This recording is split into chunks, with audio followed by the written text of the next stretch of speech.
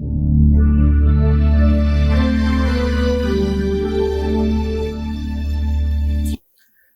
Media நண்பர்கள் அனைவருக்கும் வணக்கம். தமிழ்நாடு காவல்துறையின் அதிரடிப்படை, அதாவது சிறப்பு அதிரடிப்படை எஸ்டிஎஃப் அப்படிங்கிற அந்த டீம்ல வேலை செய்த காவல்துறை அதிகாரிகளில் குறிப்பிடத்தக்க ஒருத்தர் யாருன்னு பார்த்தீங்கன்னா எஸ்பி ஹுசைன். இவர் தான் 2004ஆம் ஆண்டு அக்டோபர் 18ஆம் தேதி அன்னைக்கு பாப்பாரப்பட்டிக்கு பக்கத்தில் வீரப்பன் குழுவினர் மீது துப்பாக்கி சூடு நடத்தி அவங்கள கொன்ன அந்த படையை வழி நடத்தின முதன்மை அதிகாரி. இவருடைய டீம் தான் அந்த ஆப்ரேஷனில் நேரடியாக களத்தில் இறங்கி வேலை செஞ்சது. இதை பற்றி நான் ஏற்கனவே ஹுசைன் சார் அவர்கிட்ட பல முறை பேசியிருக்கிறேன். அவருடைய நேர்காணல்கள் எல்லாமே வீரப்பன் வாழ்ந்ததும் இருந்ததும் 4ஆம் தொகுதி நூலில் வந்திருக்கு. வீரப்பன் தொடர்பான ஆப்ரேஷனில் கிட்டத்தட்ட 1987-88 காலத்திலிருந்து 93 வரைக்கும், 93 தமிழ்நாடு சிறப்பு அதிரடிப்படை அமைக்கப்பட்ட பிறகு 2004 அந்த ஆப்ரேஷன் முடிவுக்கு வருகின்ற காலம் வரைக்கும் வேலை செஞ்ச விரல் விட்டு எண்ணக்கூடிய சில நபர்களுக்குள் எஸ்பி ஹுசைன் மிக முக்கியமானவர். வீரப்பன் தொடர்பான தேடுதல் வேட்டையில் பல தேடுதல் வேட்டைகளில் தலைமை பொறுப்பில் முன்னால் நின்று வேலை செஞ்சவர். வீரப்பன் தொடர்பான நடவடிக்கைகளிலும் அதிரடிப்படையிலும் நீண்ட நாள் பணியாற்றியவர், அதிக நிகழ்வுகளில் பங்கேற்றவர். அப்படிங்கிறதை கடந்தும் அவர்கிட்ட காடுகளை பற்றிய நிறைய தரவுகள் இருக்குது, விலங்குகளை பற்றிய நிறைய தரவுகள் இருக்குது, காவல்துறையினுடைய நடவடிக்கைகள் பலவற்றை பற்றிய தரவுகள் இருக்குது, துப்பாக்கிகளை பற்றி எனக்கு தெரிய இவருக்கு தெரிந்த அளவுக்கு வேற யாருக்கும் இல்லைன்னு தான் சொல்லலாம். அந்த அளவுக்கு நிறைய செய்திகளை தன் வசம் வச்சிருக்கிறவர். அதையெல்லாம் சிவா மீடியா யூடியூப் சேனல் இருக்கிற நண்பர்களும் பார்க்கணும் அப்படிங்கிற நோக்கத்தில் அவர்கிட்ட பல முறை நேர்காணல் எடுக்கிறதுக்கு முயற்சி பண்ணேன். ஏதாவது ஒரு சூழலில் தள்ளி தள்ளி போயிட்டு இருக்கு. கடந்த வாரம் அவருடைய ஆம்பூர் தோட்டத்து பண்ணை வயலில் நாங்கள் ஒரு நேர்காணல் எடுக்க முடிஞ்சது. அந்த நேர்காணல் தொடர்ந்து ஒரு 7-8 பகுதிகளாக வெளிவரும், அதை நீங்கள் பார்க்கலாம். எஸ்பி ஹுசைன் சார் அவர்களுடனான இந்த நேர்காணலில் வீரப்பன் நடவடிக்கைகள் குறித்த செய்திகள் மிக குறைவான அளவில் மேலோட்டமாக தான் இருக்கும். அதை கடந்து அவருடைய மற்ற நடவடிக்கைகள், எம்ஜிஆர் அவர்களுடைய ஆட்சி காலத்தில் இவர் பாதுகாப்பு படையில் இருந்தது, ஜெயலலிதா அவருடைய ஆட்சி காலத்தில் பாதுகாப்பு படையில் இருந்தது, பல என்கவுண்டர்களை எப்படியெல்லாம் நடந்துங்கிறதை பற்றியும், வீரப்பன் ஆப்ரேஷன் நடந்த அந்த காடுகளுக்குள்ள விலங்கியலுடைய வாழ்வு எப்படி இருக்குது அப்படிங்கிறதை பற்றியும், காட்டில் இருக்கக்கூடிய இயற்கை வளம், மற்றபடி அங்கே இருக்கிற மக்களுடைய வாழ்வியல் எப்படி இருக்கும் அப்படிங்கிறதை பற்றியும் நிறைய தகவல்களை நம்மளோட பேசியிருப்பார். அதையெல்லாம் தொடர்ந்து பாருங்கள். வீரப்பன் தொடர்பான நடவடிக்கைகள், தமிழ்நாடு அதிரடிப்படைக்கும் வீரப்பன் குழுவினருக்கும் இடையே நடந்த மோதல்கள், அந்த நடவடிக்கைகள் எப்படிங்கிறதை பற்றி மீண்டும் ஒரு நேர்காணலில் அவரோட பார்க்கலாம். இப்போ காடுகளை பற்றியும் காட்டு விலங்குகளை பற்றியும் அவர் வச்சிருக்கிற பல செய்திகளை உங்களோட பகிர்ந்துக்கிறாரு. தொடர்ந்து அந்த வீடியோவை பாருங்க. நன்றி, வணக்கம். சிவா மீடியாவுக்கு என்னுடைய வணக்கங்கள். இது நம்ம ஏற்கனவே ஃபாரஸ்ட்ல நிறைய வாட்டி மீட் பண்ணியிருக்கோம், ஞாபகம் இருக்குதா இல்லையான்னு தெரியல. நான் 93 நான் வந்து பண்ணாரியில் இருக்கும்போது சத்தியமங்கலத்தில் இந்த டைம்ல நீங்கள் ரூம்கெல்லாம் வந்திருக்கீங்க. லேண்ட் ரோவர் ஜீப் ஒன்று வச்சு, லேண்ட் ரோவர் வச்சுருப்பேன், வின்ச்சோட வச்சுருக்கேன். ஆமாம், லேண்ட் ரோவர். அது எனக்கு அந்த ஃபாரஸ்ட்டு ஒட்டி அந்த வெஹிக்கிள்ஸ் எல்லாம் ரொம்ப பிரியும். அது லேண்ட் ரோவர்ஸ் 8 லேண்ட் ரோவர்ஸ் இருந்துச்சு என்கிட்ட. 8 வண்டி? ஆமாம், மெயின்டைன் பண்ண முடியாது தான் கொடுத்துட்டாங்க. கெரோசின் இருந்துச்சு, டீசல் இருந்துச்சு, பெட்ரோல் இருந்தது, short type, long sassy, open, இதெல்லாம் வச்சுருந்தேன். 2014 வரைக்கும் வச்சுருந்தேன். அப்புறம் ஒரு நண்பர் கேட்டோன்னே 3 வண்டிங்க இருந்துச்சு, அது 3 எடுத்துன்னு போயிட்டார் அவர். மெயின்டெனன்ஸ் இல்லை, ஓட்டணும்ல. போலீஸ் வண்டி இருக்குது நமக்கு, அது தேவைப்படல. அதுக்கப்புறம் கார் ரேஸ்லாம் பார்ட்டிசிபேட் பண்ணேன் நான். எந்த இயர்னா 93 94 நினைக்கிறேன். பாப்புலர் கார் ரேலின்னு சொல்லி gypsy first time Tamil Nadu police வந்து பார்ட்டிசிபேட் பண்ணுது. பேர் கொடுத்தேன் நான். அதில் வந்து இவர் சஞ்சய் அரோரா, நான், மிஸ்டர் சஞ்சய் அரோரா, நான், இன்னொரு சிவராமகிருஷ்ணன் சொல்லி ஒரு ஹெட் கான்ஸ்டபிள் இருந்தாங்க. இந்த 3 பேருக்கு அந்த வண்டியை ரெடி பண்ணோம். போலீஸ் வண்டியை ஆல்ட்ரு பண்ணி அந்த ரேஸ் எப்படின்னா 800 கிலோமீட்டர் ரேஸ். அது லாங் ரேஞ்சு. அதில் ஒரு டூலிப் சார்ட்னு ஒன்று கொடுத்துருவாங்க, சரிங்களா? அதில் இடம் பேர்லாம் இருக்காது. நீங்கள் இத்தனை கிலோமீட்டர் போனீங்கன்னா ரைட்டில் திரும்பணும், இத்தனை கிலோமீட்டர் லெஃப்டில் திரும்பணும், இந்த டிஸ்டன்ஸை நீங்கள் இந்த டைமுக்குள்ளே கிளியர் பண்ணணும், இந்த டிஸ்டன்ஸை நீங்கள் இதுக்கு குயிக்காக போகக்கூடாது, குயிக்காகவும் போகக்கூடாது, போனாலும் பெனால்ட்டி அங்கங்கே இருப்பாங்க, ஒவ்வொரு இடத்துலையும் அவங்க வச்சுருப்பாங்க மானிட்டர். எதுக்கு குயிக்காக போகக்கூடாதுன்னா அது டவுனுக்குள்ளே போகும்போது அந்த இடத்துல ஸ்பீடு இருக்கக்கூடாதுன்றதுக்காக வேண்டி ஆக்சிடென்ட் கிட்ஸ் ஆகிடும்னு சொல்லி அந்த இடத்துல ரொம்ப ஸ்லோவாக போகணும். ஓப்பன் டெரெயின் வந்துடும், டெரெயினே ரொம்ப மோசமான ரோடாக இருக்கும். மூணார் சைட்லலாம் போகும்போது கிட்டத்தட்ட ஒரு 60 வண்டி பார்ட்டிசிபேட் பண்ணிச்சு. அதில் 13 வண்டி தான் எல்லாமே ஆக்சிடெண்ட் ஆகிடுச்சு. அதில் நாங்கள் ஃபஸ்ட்டு யூனிஃபார்ம் கேட்டகரியில் ஃபஸ்ட்டு சிஎம் அப்ரிஷியேட் பண்ணாங்க. போலீஸில் கார் ரேஸ் போனதே கிடையாது, அது நான் தான் ஸ்டார்ட் பண்ணேன், அது யாரும் கண்டினியூ பண்ணல, அப்படியே அதோட போயிடுச்சுங்க. அதில் வின் பண்ணோம் அது. ஸோ அந்த ரேஸ்லேயும் நம்ம நல்லா இது பண்ணோம். அதுக்கப்புறம் ஃபஸ்ட் டைமு தமிழ்நாடு டீமுக்கு வாட்டர் போலோன்னா பால் ஸ்விம்மிங் பூல்லையே வச்சுருப்பாங்க கோல் போஸ்ட்டு, தெரியுதுங்களா? அது அந்த கேம்லேயும் நம்ம போய் பார்ட்டிசிபேட் பண்ணோம், அதுலேயும் வின் பண்ணோம். டெல்லி கூட வின் பண்ணோம், அப்புறம் இன்னொரு கூட நம்ம தோற்றுட்டோம் அது. பட் டெல்லியில் வின் பண்ணோம், டெல்லி டீம் கூட. அப்போது அந்த என் டீமில் என் செல்வராஜ் இருக்காப்புல, இந்த தமிழ் செல்வன் இதில் இதாகிடுச்சு இல்லை, தலையில் குண்டு அடி போட்டு மோகன் நவாஸ் தமிழ் செல்வன். ஆமாம், அவர் நீச்சல் வீரரும் கூட. அதான் நீச்சலில் அந்த நம்ம டீமில் இருந்தாப்புல. நான் டீம் கேப்டனாக இருந்தேன். என் டீம் 10 பேர் கொண்ட டீம் இல்லை, அதில் ஒரு நல்ல ஸ்விம்மரு செல்வராஜ் தாப்புல. அந்த டைம் அவர் அப்போல்லாம் இந்த இதெல்லாம் கிடையாது. நான் சொல்கிறது வாட்டர் போலோ டீம் போனது மேபி 81-86 நான் எம்ஜிஆர் கிட்ட இருந்தேன். அதுக்கு முன்னா இருக்கலாம், ஞாபகம் எல்லாம் ரொம்ப நாளாச்சு. எம்ஜிஆர் கிட்ட கான்வாய் மார்ஷலாக இருந்தேன். அவர் போகிற இடத்துக்கெல்லாம் நான் போய் ரிப்போர்ட் பண்ணும்போது இதே வினய் ஷூட்டிங் நடக்குது. இதே வினய் ஷூட்டிங்கு, தெரியுங்களா? அப்போ தான் போய் ரிப்போர்ட் பண்ணுறேன் அவர்கிட்ட, போட்டிருக்கான்னு சொல்லி. நல்ல சாப்பாடு அவர் வீட்டில் நான் டெய்லி 8 மணிக்கு போயிடுவோம். எவ்வளோ நாள் சார் அங்கே? நான் 81 to 86 வரைக்கும் இருந்தேன். 5 வருஷம் எம்ஜிஆர்? ஆமாம், 5 வருஷம் இருந்தேன். அதுலேயே அந்த நல்லா தெரியும் நமக்கு இதெல்லாம் பண்ணியிருக்காரு. இந்த நடிகர் அசோகன், நாகேஷ், நம்பியார் இவங்கெல்லாம் வருவாங்க. கீழே மெஸ்ஸு தோட்டத்தில் போனோடனே அங்கே போய் எல்லாம் டிஃபன் பண்ணுவோம். டிஃபனில் எல்லா ஐட்டமும் இருக்கும். அவர் கிராஸ் செக் பண்ணுவார் மாடியிலேருந்து, என்னென்ன சாப்பிட்டாங்க அப்படின்னு. அந்த விஷயத்தில் ரொம்ப இதாக இருந்தார் எம்ஜிஆர். ஒரு வாட்டி எலெக்ஷன் கேம்பெயின் போகிறோம், ஒரு எம்எல்ஏ பேர் தெரியல எனக்கு, ஊரும் ஞாபகம் இல்லை எனக்கு, பட் இன்சிடெண்ட் மட்டும் சொல்கிறேன். எல்லாம் சாப்பிட்டாங்க, எங்களை யாரும் கூப்பிடல. நான் வெளில நின்ட்டேன். என் டீம் ஆளுங்களையும் சொல்ல, யாரும் போகாதீங்கப்பா. நான் அதுக்கும் நமக்கும் செல்ஃப் ரெஸ்பெக்ட் இருக்குதுல்ல, கூப்பிட்டா தான் போகணும். வண்டியெல்லாம் கழிச்சு போகலாமா, எல்லாம் ரெடி ஆகிடுச்சு. கொஞ்சம் தூரம் போனோடனே கூட இந்த பிஎஸ்ஓ வந்து ஆறுமுகம் இருந்தார். அப்போது பிஎஸ்ஓ டிஎஸ், நம்ம பார்ட்டி சாப்பிட்டாங்களா அப்படின்னு. அவர் உடனே மைக்கில் இல்லை சார் சாப்பிடல அப்படின்னு சொல்லிட்டோம்.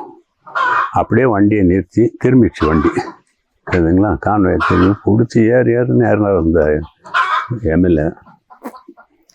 அவர் இருந்தாருன்னா அவருக்கு தெரியும் சொல்கிறது. மறுபடியும் நாங்கள்லாம் சாப்பிட்ட அப்புறம் தான் போனோம் கான்வாய் போவோம். அதே மாதிரி கான்வாய் போயிட்டே இருப்போம்.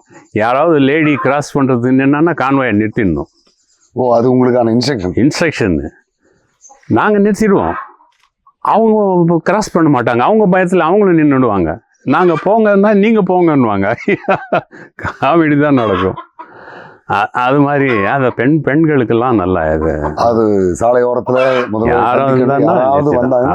ஒரு வாட்டி ஆக்சிடென்ட் ஆகிடுச்சு. சைதாப்பேட்டு டி நகர்லேருந்து இதுக்கு போகிறோம், ராமாவரம் தோட்டத்துக்கு. சைதாப்பேட்டாண்ட ஒரு மோட்டர் சைக்கிள் ஆக்சிடெண்ட்டு. ஒரு ஆள் தலையில் அடிபட்டு மூளை துடிக்குது. வண்டியை நிறுத்திட்டு இது தேராது இன்னொருத்தன் தான். அவனை உடனே பின்னால் வந்து எஸ்காட் வண்டியில் போட்டு ஹாஸ்பிட்டலுக்கு அனுப்பணும்னு சொல்லி அப்புறம் அதை ஃபாலோ பண்ணார், என்ன நடக்குது அதுன்னு சொல்லி. அது மாதிரி அவர்கிட்ட இருந்தது. அந்த டைமில் இவங்க இங்கேயும் போவோம் நாங்கள் போயஸ் கார்டனுக்கு. அப்போ அவங்க கட்சியிலலாம் இல்லை. எங்களுக்கெல்லாம் சாப்பாடு பரிமாறிக்கிறாங்க அவங்க, ஜெயலலிதா. அந்த டைமில் அவங்க சீனியர்றவங்க இது ஒன்றும் டிஃப்ரென்ஸே பார்க்க மாட்டாங்க. நம்ம சொல்கிறோம் அவங்க இதுன்னு, பட் நான் அன்பாக இருந்தாங்க எல்லாருமே.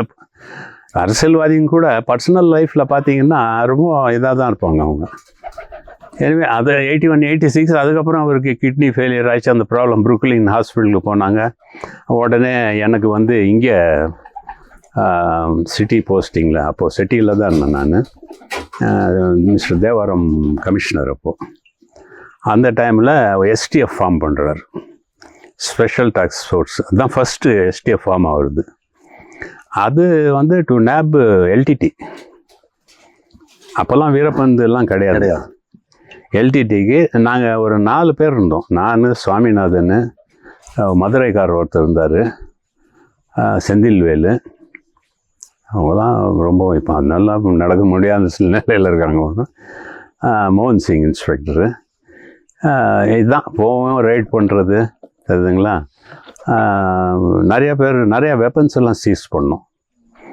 அவர் என்ன சொல்லிட்டாரு, நீங்கள் எங்கேயும் போகாதீங்க, இங்கேயே இருக்கணும், மஃப்டியில் இருக்கணும், எனி டைம் நான் சொல்லும்போது கிளம்பிடலாம் அப்படின்னு சொல்லி அது மாதிரி போவோம். டே நைட் பார்க்காத நம்ம வேலை செஞ்சோம். அதில் ரொம்ப டேஞ்சரஸான வேலை. ஏன்னா அது எல்டிடிக்கு நம்ம சப்போர்ட்டாக தான் இருந்தோம். பட்டு அதுலேயே குரூப்ஸ் இருந்துச்சு. ஈழ போராளிகளில் பல குரூப்ஸ் இருந்துச்சு. அந்த குரூப் கொஞ்சம் ரைவல்ரி இருந்துச்சு. ஸோ அதனால தான் கொஞ்சம் செட்பேக்காக இருந்துச்சு. பட்டு அங்கே எடுத்த துப்பாக்கிங்க தான் நம்ம வீரப்பன் ஆப்ரேஷன் கொண்டாந்தது. AK-47 நம்மகிட்ட இல்லை அப்போல்லாம். AK-47 86, 87 இவங்க கிட்ட இருந்து எடுத்த துப்பாக்கிகள் தான் இன்னமும் இருக்குது. லேண்ட் மைன்ஸு, பசூக்கா, பிஸ்டலுங்க, விதவிதமான ரைஃபிள்ஸு, இதெல்லாம் சீஸ் பண்ணது இன்னமும் மருதமில் இருக்குது. அதில் ஒரு கிணத்துல போட்டு வச்சுருக்கோம். அது டெஸ்ட்ராய் பண்ணிட்டாங்களா என்னன்னு தெரியல, ரொம்ப நாள் ஆச்சு அது. அதை தான் நம்ம இதை யூஸ் பண்ணோம். அதுக்கப்புறம் தான் போலீஸுக்கும் இந்தியன் ஆர்மிக்கும் AK-47 வந்துச்சு. அப்போ இந்திய ராணுவத்துக்கு முன்பாகவே AK-47 அங்கேருந்து வந்துடுச்சு. அது நமக்கு ஈழத்துலேருந்து வந்ததாங்க. அது ரஷ்யாவிலேருந்து வந்தது அவங்களுக்கு. ரஷ்யாவில் அந்த ரஷ்யன் மேக் தானே இது. அவங்க காட்ரேஜ் சைஸ் வேறு. ரஷ்யன் காட்ரேஜஸ்ஸு நம்ம இந்தியன் காட்ரேஜஸில் அடிக்க முடியாது. இப்போ அது காமன் பண்ணிட்டாங்க. அது நேட்டோ ஸ்டாண்டர்ட்னு ஒன்று இருக்குது. அந்த நார்த் அட்லாண்டிக் ட்ரீட்டி ஆர்கனைசேஷனில் அதெல்லாம் வெஸ்டர்ன் கண்ட்ரிஸு, யூரோப்பியன் கண்ட்ரிஸ்லாம் அவங்க ஒரு ஸ்டாண்டர்ட் வச்சுருந்தாங்க. பேட்டரின்னு அந்த சைஸ் இருக்கணும், அளவு இந்த சைஸு, துப்பாக்கி இந்த கேலிபர் தான் இருக்கணும், ரவுண்டு இந்த கேலிபர் தான் இருக்கணும். ஸோ அது வந்து எதுக்காகனா, இங்கேருந்து அந்த நாட்டுக்கு அங்கே போனால் கூட இந்த அம்யூனிஷன் அங்கே போச்சுன்னா அவங்க வெப்பனில் அவங்க ஃபயர் பண்ணலாம். இந்த வண்டியில் இருக்கிறது அந்த வண்டிக்கு யூஸ் பண்ணும். பட் ரஷ்யன்ஸ் அப்படி கிடையாது. ரஷ்யன் தான் அவன் கேலிபரே தண்ணி அவங்களுக்கு. வேறு யாரும் 303 எல்லாம் கிடையாது இங்கே. இது 7.62. இது 303ங்கிறது என்ன சார்? 303 வந்து சொல்ல போனோம்னா ஒரு அங்கலத்தை 1000 சமபாகங்களாக பிரிச்சுட்டு டிவைடட் பை 1000. அதில் 303 பாகம் கொண்டது இந்த பேரலினுடைய விட்டம், குறுக்களவு. சரிங்க. தெரியுதுங்களா? அதுலேயே 400 இருந்துச்சுன்னா அது இட்ஸ் கால் 400. வீரப்பன் வச்சுருந்தது 425, 475 இருந்துச்சு. 0.425னா ஒரு அங்கலத்தை 1000 சமபாகங்களாக பிரித்து அதில் 425 பாகம் வந்து அந்த பேரலினுடைய குறுக்களவு. அந்த அளவுக்கு தான் புல்லட் இருக்கும். அதுதான் புல்லட்டு. தெரியுதுங்களா? அதே மாதிரி 12 போர் கன் எப்படின்னா 4 போர் இருந்துருக்குது, 8 போர் இருந்துருக்குது, 10 போர் இருக்குது, 12 போரு, 16 போரு, 20 போர், 22 போர். இவ்வளோதான். இதுதான் 22 போர் வந்து 410 மஸ்கெட் ஆகிடுது. அது 410 வச்சுருந்தாங்களே வெள்ளி திருப்பூர் இன்சிடென்ட்டில், அது 410.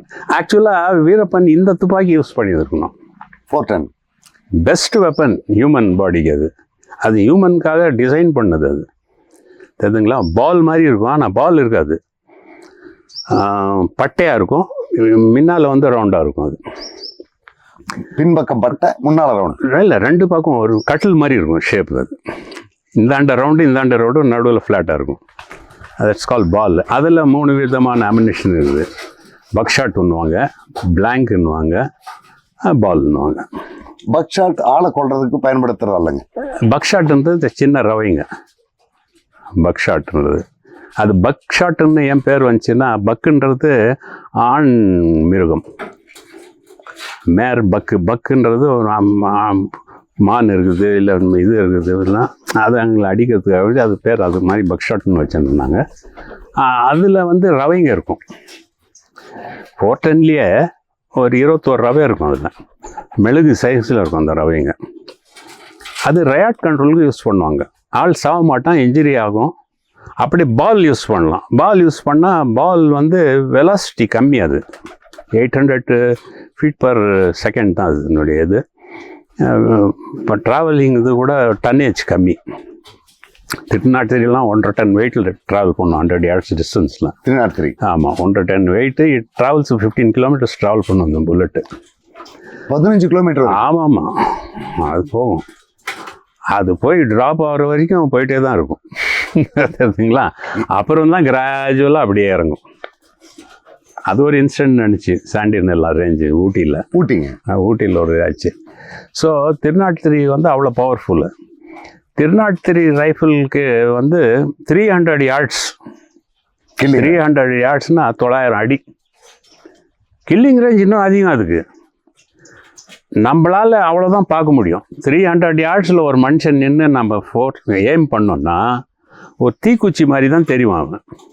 மனிதனுடைய அளவு அந்த டிஸ்டன்ஸுக்கு 300 yardsல போனால் ஒரு தீக்குச்சியில் தலை இருந்துச்சுன்னா அப்படி தான், அவ்வளோதான் தெரியும். கொஞ்சம் பெரிய சைஸ் தீக்குச்சின்னு வச்சுக்கோங்களேன், அவ்வளோதான் தெரியும்.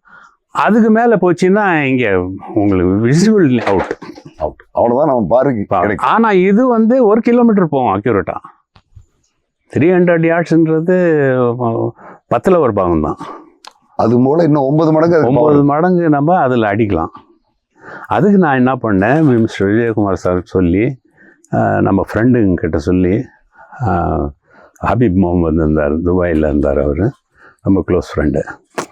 அவர்கிட்ட சொல்லி அவர் என்ன பண்ணார், ரிஸ்க் எடுத்து அவர் காசு போட்டு வாங்கி கொண்டாந்தார்.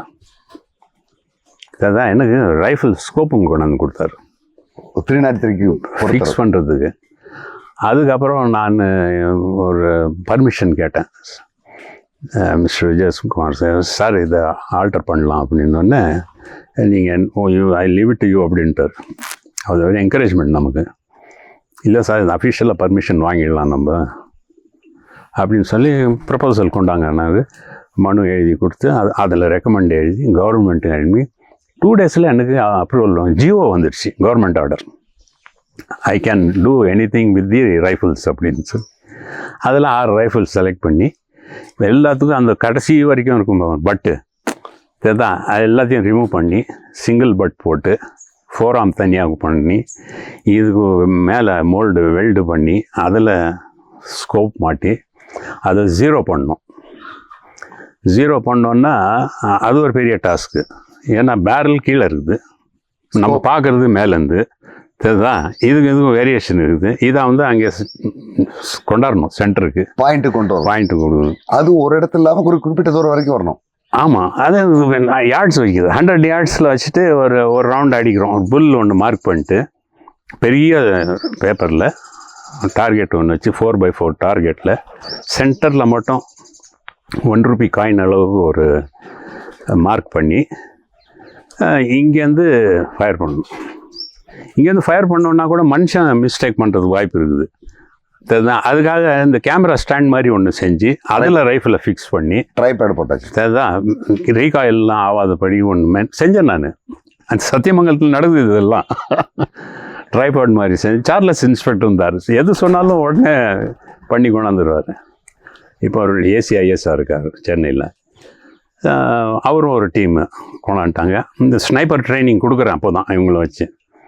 ஸோ அதை 0 பண்ணோன்னா ஃபஸ்ட்டு அடித்தா வேரியேஷன் வருது, பாயிண்ட்டுக்கு போகலன்னா எதனால் போகல, நம்ம மிஸ்டேக்குன்னா தூரம் விழும். தெரியுதுங்களா?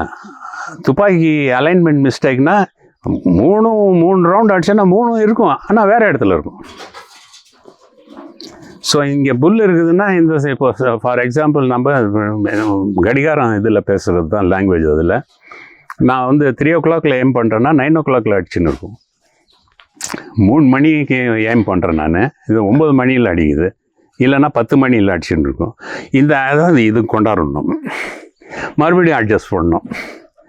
பண்ணிவிட்டு அப்புறம் 100 yardsக்கு டெட் ஆன் வந்துடுச்சு. அப்புறம் 200க்கு பார்க்கணும். 200க்கு நம்ம ஏன்னா குண்டு துப்பாக்கியிலேருந்து கிளம்புனோடனே ஸ்ட்ரெயிட்டாக போகாது. ஸ்ட்ரெயிட்டாக போகாது, எந்த குண்டும் போகாது ஸ்ட்ரெயிட்டாக. இப்படி போய் மேலே ஏறி இறங்கும். எவ்வளோ தூரம் ஏறி இறங்குது? ட்ரெஜெக்டரின்வாங்க அதை ஏறி இறங்கும். அதுதான் இந்த in between trajectory distance 1 inch 2 inch minus plus ஆகும் மேலே போகிறது. அது கன் பவுடரில் வித்தியாசம் வந்துச்சுன்னா அந்த வேரியேஷன் வரும். புரியுதுங்களா? ஒரே காட்ரேஜில் இருக்க மாதிரி அந்த காட்ரேஜில் மருந்து இருக்காது. கூட குறைய அளவு மாறும். கூட அளவு மாறும்போது இந்த வேரியேஷன் வரும். ஸோ இதெல்லாம் பர்ஃபெக்ட் பண்ணி 1 kilometer ரேஞ்ச் கொண்டான்ட்டு அதுக்கப்புறம் தான் நம்ம ட்ரைனிங் ஸ்டார்ட் பண்ணோம். தெரியுதுங்களா? இதுக்கே பல நாள் போயிடும். இதெல்லாம் இதுதானே வேலை, வேறு என்ன இருக்குது இங்கே? கோம்பிங் ஆப்ரேஷன் பண்ணால் பட்டறைக்கு நம்மளே ஒர்க் ஷாப் மாதிரி வச்சுருந்தேன். நான் புழுதுவோட வெளியில் தனியாக ரூம் எடுத்து தங்கியிருந்தேன். அது நிறைய பேர் அப்ஜெக்ட் பண்ணாங்க, காட்டு ஓரத்தில் இருக்குது உங்களே பிடிச்சிடுவான் அப்படின்னு சொல்லி. வீரப்பன் ஒரே தகவலே வரல சார், அப்படியாவது அடிக்கட்டும் சார், உங்களுக்காவது தகவல் கிடைக்கட்டும் அப்படின்னு சொல்லி நானும் சும்மா இல்லை, அதில் கேமராலாம் ஃபிக்ஸ் பண்ணியிருந்தேன். நீங்கள் இருக்கிற பகுதியில் பண்ணிவிட்டு நான் வந்து ஒரு ரூமில் படுத்தா கூட எனக்கு டிவியில் மானிட்டரில் பார்த்துட்டே இருப்பேன்.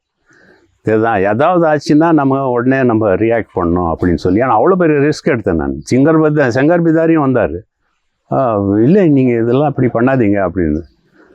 நான் ஒரு பெரிய போர்டில் எதுங்களா போர்டு செஞ்சு அதில் மொத்தம் சத்தியமங்கலம் ஃபாரஸ்ட்டையே வரைஞ்சி ரூட் எல்லாம் போட்டு எந்தெந்த இடத்துல ஆப்ரேஷன் இருக்குது, மூமெண்ட்டு இந்த இடத்துல ஸ்ட்ரைட் ஆச்சுன்னா அப்புறம் அடுத்த சைட்டு இவ்வளோ டிஸ்டன்ஸ் ஆகுது நமக்கு, இதெல்லாம் கேல்குலேட் பண்ணி நம்ம ஏரியாவில் வந்துட்டானா நான் வேறு ஏரியாவுக்கு போகிறது நல்லதில்லை. ஏன்னா அதுக்குன்னு ஒரு டீம் இருக்குது, ஆஃபீஸர்ஸ் இருக்காங்க, நல்லா தெரியும் பக்கத்து ஏரியாவில் வந்துட்டு போகிறான்னு. சரி அவங்க விஷயத்தில் நம்ம தலையிடக்கூடாது அப்படின்னு சொல்லி நம்ம வேலையை பார்க்கலாம் அப்படின்னு சொல்லி உங்கள் ஏரியா முழுவதும் உங்களுடைய கண்ட்ரோல் வச்சு டீம் கிட்டத்தட்ட 100-150 பேர் இருந்தாங்க என் டீமில். ஒரு 15 SI கிட்ட இருந்தாங்க. ஒவ்வொரு ஆளுக்கும் 10 பேர் போட்டு ஒவ்வொரு டீமுக்கு ஒரு பேர் வச்சுட்டு, அப்புறம் எல்லா டீம் லீடர்ஸ் மட்டும் வாங்கன்னு சொல்லி என் கூட வாங்க கோம்பிங்னு சொல்லி இவன் உள்ள ஃபாரஸ்ட்டுக்குள்ளே போகும்போது ஒவ்வொரு இடத்துக்கு பேர் வைப்பேன், காரண பேர் வைப்பேன். இந்த இடம் இதுதான், இந்த இடம்க்கு போனோன்னா நீங்கள் இந்த டீம் எடுத்துகிட்டு வந்துருந்தீங்க, நீங்கள் நல்லா நோட் பண்ணிக்கோங்க. தெரியுதுங்களா? மேப் இருக்கும், மேப்பில் வந்து மார்க்கிங் பண்ணி இந்தந்த இடத்துக்கு இந்தந்த பேர் ஒவ்வொருத்தருக்கும் மேப் ஏதாவது இன்சிடென்ட் நடந்திருக்கும். யானையை பார்த்துருப்போம், யானை சார்ஜ் பண்ணியிருக்கோம், இல்லை வண்டி பிரேக் டவுன் ஆகிருக்கும். தெரியுதுங்களா? சில டைமில் வேறு மிருகங்க ஏதாவது கிராஸ் ஆகிருக்கும், பேர்ட்ஸ் பார்த்துருப்போம். அதை ஞாபகத்தை வச்சு அதே காரண பேராக வச்சு இவங்களுக்கெல்லாம் டியூட்டர் பண்ணி வச்சுட்டு, அது யாருக்கும் அந்த இடம் புரியாது. உங்கள் டீமில் என் டீமில் வந்து நான் டீம் லீடர்ஸ் இருக்காங்களே, டீம் லீடருக்கு தெரியும், அவங்க டீமை கூப்பிட்டு போவார். நீங்கள் அங்கே போயிடுங்க, இந்த டைமுக்கு நீங்கள் அந்த இடத்துல இருங்க, இந்த டீம் நீங்கள் அந்த இடத்துல இருங்க அப்படின்னு சொல்லி பண்ணது. மிஸ்டர் நடராஜன் சார் இருக்கும்போதோ மிஸ்டர் பாலச்சந்திரன் சார் இருக்கும்போது தெரில, நான் ஒரு ஸ்ட்ராட்டஜி என்ன பண்ணேன் சார், எந்த ஏரியா செலக்ட் பண்ணேன்னா சத்தியமங்கலம் பண்ணாரிலேருந்து திம்பம் போகிற ரோடு, ஃபஸ்ட்டு 3 hairpins வரைக்கும் ஒரு லிமிட்டு. இங்கே பண்ணாரி சரிங்களா, ராம்பைலூர் வரைக்கும், ராம்பைலூர் சிக்கரசம்பாளையம் ஏரியா ஃபாரஸ்ட். அது இந்த ஃபாரஸ்ட்டில் நான் என்ன பண்ணேன், ஒரு 4 பேர் செலக்ட் பண்ணி நீங்கள் வந்து மறைஞ்சிடுங்க, உங்களை நாங்கள் பிடிக்கிறோம். தெரியுதுங்களா? வீரப்பன் இப்படி மறையிறான், அந்த வேலையை நீங்கள் செய்யுங்க, நாங்கள் பிடிக்கிறோம். இதில் என்னன்னா நீங்கள் ஒரு 7 கிலோமீட்டர் வருங்க. நீங்கள் வந்து உங்கள் தொப்பியை திருப்பி போட்டிருக்கணும், தொப்பி போடாத இருக்கக்கூடாது. ஏன்னா கேங் மெம்பர் தொப்பி போடுறதில்ல. நான் உங்களை பார்த்து கேங் நினச்சி நம்மளால சுட்டு விடக்கூடாது. அதுதான் தொப்பி வந்து இப்படி திருப்பி போடுங்க, நம்ம ஆளுங்க தொப்பி எப்படி போட்டிருப்பாங்க. இதுதான் உங்களுக்கும் அவங்களுக்கும் வித்தியாசம். உங்ககிட்டயும் மைக் இருக்கும், அவங்ககிட்டயும் மைக் இருக்கும். அதுதான் கிட்டத்தட்ட ஒரு 400 பேரை உள்ள விட்டேன் டீமு. சரிங்களா? காலையிலேருந்து சாயந்தரம் வரைக்கும் அந்த ஒரு 3-4 ஸ்கொயர் கிலோமீட்டர் ஏரியாவில் தேடுறாங்க, கிடைக்கல. கட்சியில் நாங்களே மைக் சொன்னோன்னா வந்தாங்க, எங்கேயா போய் மறைஞ்சிது சார், பக்கத்துலேயே உட்காந்துருந்தோம் சார். முடியும் மூமெண்ட்டே, இவெல்லாம் போகிறானுங்க, இவன் இப்படி போகிறான். அதுதான் சார், இதுதான் சார் நம்ம நிலைமை அப்படின்னு சொல்லி, we need more practice sir practice பண்ணலாம், என்ன பண்ணலாம், ட்ராக்கிங் பண்ணலாம் சார். எப்படி ட்ராக் பண்ணுறது அனிமல், அந்த புக்ஸ்லாம் கொண்டாந்து வந்தேன் நான் அமெரிக்காவில். அதுக்கு தகுந்த மாதிரி எனக்கு 2 ட்ராக்கர்ஸ் வந்தாங்க. அவனுக்கே தெரியல ட்ராக்கர்னு. அவனுடைய அனுபவத்தை வச்சு பார்த்து இவனே குருவாக எடுத்துக்கலாம் நம்ம அப்படின்னு சொல்லி புஸ்தகம், இவனுடைய அனுபவம் தெரியுதுங்களா. 2த்தையும் ஸ்டிச்சிங் பண்ணுறது தானே, அதையும் சேர்த்து டை அப் பண்ணுறது பண்ணி நல்லா ஒரு டீம் ஃபார்ம் பண்ணிட்டேன். அப்புறம் உங்களுக்கு ஒரு பேட்டியில் கூட நீங்கள் சொல்லியிருக்கீங்க, இந்த ஃபாரஸ்ட்டையே ரவுண்டு கட்டுறது பார்க்குறதுக்கு தெரியவே தெரியாது இதை நம்ம வேலி போட்டிருக்கோன்னு. இயற்கையாகவே அந்த வேலி இருக்கும். ஒரு கிளையிலேருந்து இன்னொரு கிளை மடக்கி, ஒரு கிளை சின்ன சின்ன செடிங்க இருக்குல்ல புல், அப்படியே கவர் பண்ணிடுறது. ஈவினிங்கு அனுப்புவேன் டீமை, எல்லாம் லாக் பண்ணிட்டு வந்துடுவாங்க. பண்ணிட்ட அப்புறம் நான் ஒரு விசிட் பண்ணுவேன், கரெக்டாக லாக் ஆகிருக்குதான்னு பார்த்துட்டு வந்தேன். நெக்ஸ்ட்டு மார்னிங் டீம் எடுத்துகிட்டு நான் போவேன், கூட அவங்களும் வருவாங்க. எங்கே ப்ரீச் ஆகிருக்குது, அந்த களை ஸ்ப்ளிட் எங்கே இருக்குது, அங்கே பண்ணாரி அங்கே ஒரு முருகன் டெம்பிள் இல்லை விநாயகர் டெம்பிள் ஒன்று இருக்குது. அந்த காட் செக்ஷன் ஸ்டார்ட் ஆகும்போது பாதி தூரம் அங்கே நிறைய லாரிங்க நிற்கும். நிறையா டிரைவர்ஸ் எல்லாம் வண்டி நின்று டாய்லெட் கிலெட் போயிட்டு வரலாம், யூரின் போயிட்டு வருவாங்க. அந்த டிஸ்டர்பன்ஸு ஃபர்ஸ்ட் பேண்டுக்கு முன்னாலே வருங்க அங்கே. மற்றபடி வேறு இடத்துலலாம் பார்க்கும்போது ப்ரீச் ஆயிடுச்சுன்னா அது கீழே வந்து ஆள் பாதம் இருக்குதா இல்லை அனிமல் பாதம் இருக்குதா, இதான் ஐடென்டிஃபை பண்ணிட்டு அதை பார்த்தோன்னா இது ரெகுலராக நடக்குது. ஒரு வாட்டி என்னாச்சு, ஒரு தடவை ஆள் போயிருக்கான் தெரியுதுங்களா. ஆள் வந்து செருப்பு போட்டு போயிருக்கான். செருப்பு ஒன்று ஹவாய் செப்பல்னு டவுட் வந்துடுச்சு நமக்கு. இது கேங் போகிறதுக்கு வாய்ப்பு இருக்குன்னு இந்த ட்ராக்கரை வச்சுக்கிட்டு கரெக்டாக கூப்பிட்டு போகிறான் நம்மளை.